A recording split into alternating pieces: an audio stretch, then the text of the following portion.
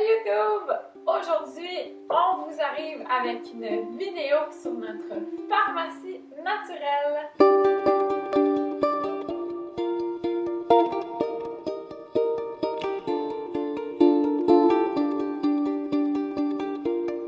Alors, c'est quelque chose qui nous avait quand même été beaucoup demandé. En fait, souvent, on nous demande comment on prend soin de notre famille de façon plus naturelle. En fait, il faut savoir qu'ici à la maison, on n'a pas de médicaments comme tel. On a parfois un petit pot de Tylenol ou de Liprane, si on est en France ou au Québec, en cas de migraine ou de maux de tête majeurs. Mais sinon, outre ça, on arrive pas mal tout le temps à se guérir de façon 100% naturelle. Donc aujourd'hui, je vous partage un peu ce qui compose notre pharmacie de base. Avant de commencer, je tiens à dire que je ne suis pas naturopathe, je ne suis pas médecin. En cas de doute, consultez des professionnels. Et aussi, si vous trouvez vos informations en ligne, faites juste vraiment attention à la source de vos informations parce que Internet regorge de sources un peu contradictoires et parfois de personnes qui, je suis certaine, sont très bien intentionnées, mais ne partagent pas nécessairement des informations qui sont véridiques. Prenez ça avec un grain de sel. Aussi, avec les enfants, faites très attention. Les enfants de moins de 6 ans, c'est extrêmement rare que c'est recommandé d'utiliser, par exemple, des huiles essentielles. Donc, pour ça, fiez-vous vraiment à des professionnels dans ce domaine-là. Moi, ce qui est un peu ma Bible et ma personne ressource, c'est en fait Céline Arsenault, qui est une naturopathe et infirmière québécoise, qui a fait des ouvrages qui sont... En fait, j'aime beaucoup cette dame-là parce que ses propos sont très nuancés. Et puis, tu sais, elle dit beaucoup de se fier aussi à nous-mêmes, là, en cas de doute, d'aller consulter. Elle n'est vraiment pas contre la médecine ou quoi que ce soit. Je veux dire, elle est infirmière à la base, donc elle est quand même pas contre ça. C'est pas extrême, c'est accessible et c'est vraiment toujours soutenu par des recherches scientifiques. Donc, elle raconte pas n'importe quoi. On a ce livre-là qui est Accueillir mon enfant naturellement. Ça, par contre, ça se concentre surtout sur la grossesse et un petit peu les problèmes les plus courants des nouveau-nés et des jeunes enfants. Elle a des ouvrages qui sont plus complets, là, qui s'adressent à la famille en général. Pour faire votre pharmacie de base, en fait, ça dépend un peu des petits maux que votre famille souffre peut-être. C'est certain qu'il y a certaines choses que je vais présenter aujourd'hui qui ne seront pas nécessairement utiles chez vous, alors que certaines choses que moi je n'ai pas seraient très utiles chez vous. Là, c'est vraiment juste une petite base. Il y a beaucoup de trucs qu'on retrouve dans notre cuisine. Que ça, je trouve ça vraiment chouette parce que c'est hyper accessible, ça coûte pas cher et c'est puissant. On y va donc bobo par bobo. Tout d'abord, quand on a des maux de tête, ce qui en vient pratiquement toujours à bout, c'est un combo d'huile essentielle de lavande et de menthe poivrée. Attention pour la menthe poivrée, c'est pas recommandé pour les femmes enceintes et allaitantes. Donc moi, ça fait longtemps que je ne prends pas menthe poivrée. Je prends seulement lavande, mais si vous êtes capable de faire le combo des deux, c'est encore mieux. La lavande, on vient l'appliquer sur ma nuque, notre nuque, un petit peu partout. Et pour la menthe poivrée, là, c'est attention, il n'en faut vraiment pas beaucoup parce que ça chauffe. On vient simplement en mettre un tout petit peu ici sur les tempes et ça fait un bien fou. On met l'huile essentielle, on ferme les volets, on fait une petite sieste d'une vingtaine de minutes. Pratiquement à tout coup, quand on se réveille de la sieste, le mal de tête est parti. Quand on a un rhume, une grippe, qu'on sent qui est en préparation, je vais vous partager dans une autre vidéo qu'on va mettre bientôt, ma recette naturelle de casse-grippe qui fait vraiment des miracles. Là, sincèrement, ça fait 3-4 ans, je pense, que j'ai pas été malade. Alors qu'avant, je faisais des grippes à répétition, genre du mois de novembre jusqu'en avril, non-stop. C'est certain que mon alimentation a beaucoup d'impact là-dessus. En fait, depuis que je suis végétarienne et que j'ai coupé pratiquement tout le gluten dans mon alimentation et beaucoup de produits laitiers également, j'ai arrêté d'être malade. Alors qu'avant, comme je disais, j'étais malade là, à répétition. Sinon, en général, quand on a le système immunitaire un petit peu plus faible, qu'on a besoin d'un petit boost, je fais souvent des tisanes. Pour le système immunitaire, je ferais par exemple un mélange de trèfle rouge qui est très bon pour venir nettoyer et purifier le sang. J'ajouterais un petit peu de camomille qui a un bon effet sur le système immunitaire. Je mettrais un peu de plantain qui vient dans la même famille, là, pardon, les beaux sacs plastiques. Ce sont des vestiges de notre déménagement outre-mer. C'était quand même beaucoup plus pratique de transporter mes herbes dans des petits sacs comme ça que dans plein de pots de verre. À part ça, je pourrais ajouter peut-être un petit peu de verveine et je mettrais bien sûr un peu de citron et du miel. Donc ça fait comme un petit combo full power immunitaire. Quand je me sens un peu bleu, je me fais des grosses théières de tout ça et je bois toute la journée. Évidemment, un autre truc très facile quand on se sent un peu moins bien, c'est de boire beaucoup d'eau, beaucoup de liquide. Donc ça m'aide un peu à atteindre cet objectif. Pour ce qui est, dans mon cas, ça a surtout été pour le post-natal, donc après l'accouchement. Mais si vous avez des grosses plaies, des enflures, des trucs qui ont besoin d'aide un peu pour guérir, vous pouvez vous faire un bain ou des compresses à base de vous faire une tisane en fait avec du plantain, de achillée, millefeuille, c'est ça ici. Vous pouvez également mettre du consoude qui est super bon pour ça. Moi après l'accouchement, je m'étais préparé plein de compresses, j'avais fait une espèce de grosse tisane avec ces herbes-là. J'avais mis ça sur des serviettes de coton que j'avais mis au congélateur. Ça peut également être très bon dans votre bain. Pour ceux et celles qui ont des problèmes de peau, un bain avec de la calendule et de l'avoine, ça fait vraiment du bien, ça fait vraiment des miracles.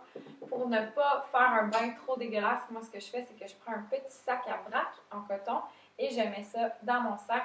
Je dépose le sac dans le bain. Si vous avez des petites réactions allergiques, des petits problèmes de peau qui font surface, des démangeaisons, des trucs comme ça, c'est vraiment bon de prendre en fait une huile de calendule. Encore une fois, si vous êtes capable de trouver des produits pour la peau 100% naturels à base de calendule, ça fait vraiment effet, ça fonctionne bien.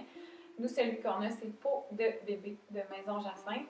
Et là-dedans, il y a uniquement du beurre de karité et de la calendule. Donc, vraiment chouette. Ça, d'ailleurs, on l'utilise sur Clara pour hydrater sa peau et quand elle a des petites démangeaisons qui apparaissent, c'est ce qu'on lui met. Quand on est congestionné, une solution qui est vraiment géniale, c'est de l'huile essentielle d'eucalyptus. Il suffit de prendre un bol, de le remplir d'eau très chaude, presque bouillante. On vient mettre quelques gouttes d'eucalyptus et on se couvre la tête avec une serviette ou un bout de tissu pour avoir toutes les vapeurs qui vont venir dans nos sinus, dans notre nez et tout décongestionner. Un autre truc qui est vraiment chouette, c'est en fait de faire des cataplasmes. Donc ça, c'est quand on prend des plantes, par exemple, ou des graines, et qu'on vient faire une espèce de petit mélange qu'on applique, par exemple, sur la poitrine. C'est possible de faire des cataplasmes de plein de choses, de persil, de graines de lin, de moutarde. En fait, il y en a plein. Dans notre petite Bible ici, il y en a beaucoup.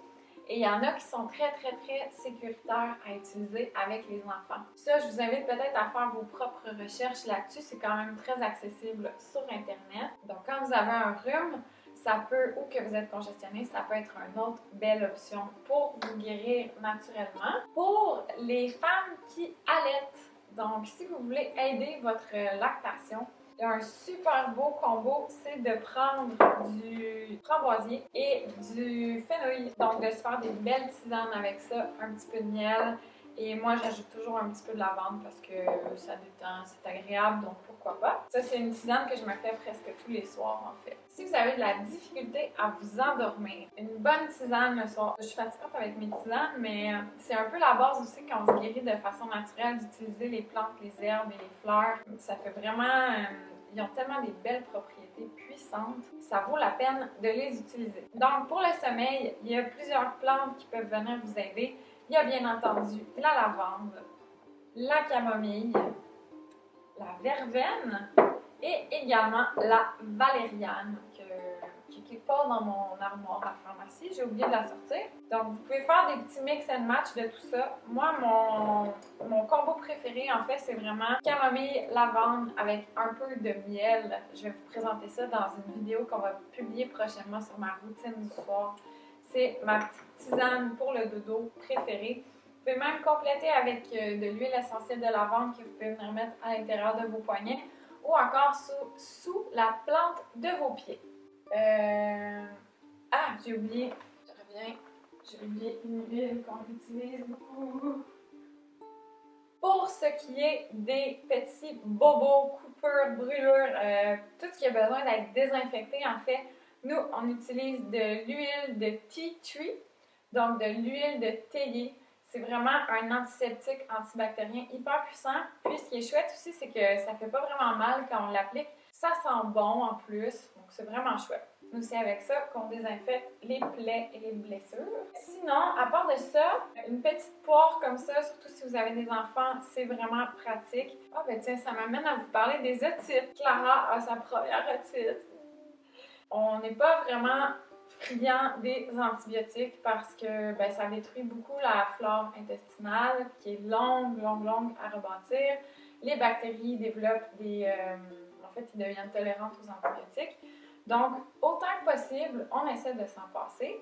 On commence donc en essayant nos remèdes naturels et puis, ben, normalement, ça fonctionne. Donc, on peut s'en passer des antibiotiques.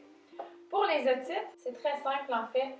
Je mets un peu d'huile d'olive et je presse une bonne gousse d'ail à l'intérieur.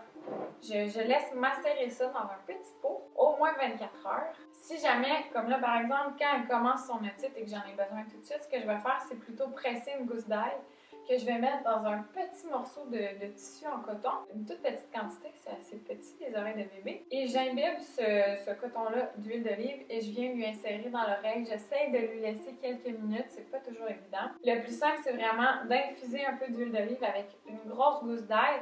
Ensuite, on le met dans la poire et on vient mettre quelques gouttes, genre 2-3 gouttes, 2 fois par jour, matin et soir. Le plus simple, c'est si vous allaitez encore ou si bébé boit à la bouteille, de lui mettre dans l'oreille pendant qu'elle boit. Moi, par exemple, j'allais coucher dans le lit. Donc, Clara est déjà couchée sur le côté. Donc là, ça devient hyper facile d'aller lui mettre des gouttes dans l'oreille et qu'elle reste couchée encore 5-10 minutes. Et quand elle n'a pas de titre, en fait, on utilise cette poire-là simplement pour lui nettoyer les oreilles tous les soirs dans le bain. Des trucs vraiment pratiques à avoir dans la cuisine qui s'utilisent pour plein de choses dans une pharmacie naturelle.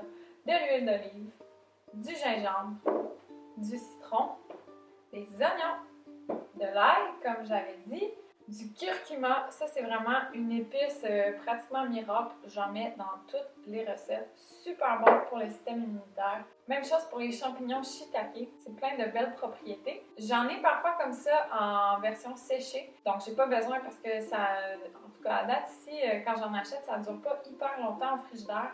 Donc ça me permet d'en avoir toujours sous la main.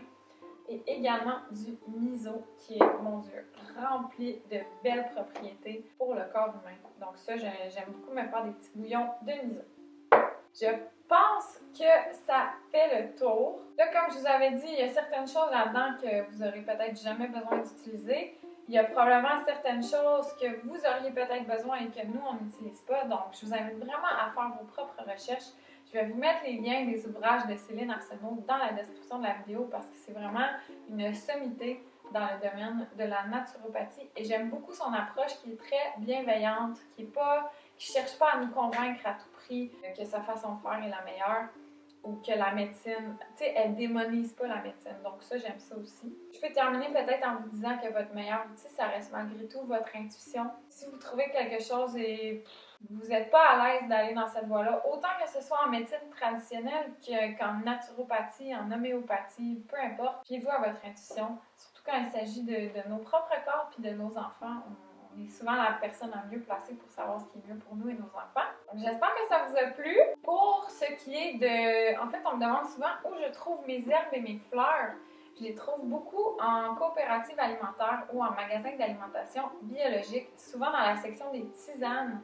Il y a vraiment une belle offre d'herbes. J'ai pratiquement réussi à tout trouver. Quand j'étais au Québec, je me tournais plutôt vers la compagnie La Clé des Champs qui fait vraiment des herbes magnifiques. Vous Vous pouvez peut-être aller voir sur leur site web s'il y a une liste de détaillants. Je sais que moi, près d'où j'habitais, il y avait un petit magasin bio qui tenait un super bel inventaire de produits La Clé des Champs. Il y en a plein qui m'ont suivi ici. J'espère que ça vous aura peut-être, je sais pas, piqué la curiosité, que vous allez peut-être essayer certains remèdes naturels pour voir si ça peut vous aider plutôt que de vous tourner vers des médicaments pharmaceutiques. Et puis, ben merci beaucoup d'avoir écouté. Revenez bientôt parce que je vous présente ma recette de casse-grippe qui est vraiment efficace. Et sinon, ben c'est ça. Merci d'avoir été là. Abonnez-vous et on se retrouve très bientôt pour une prochaine vidéo.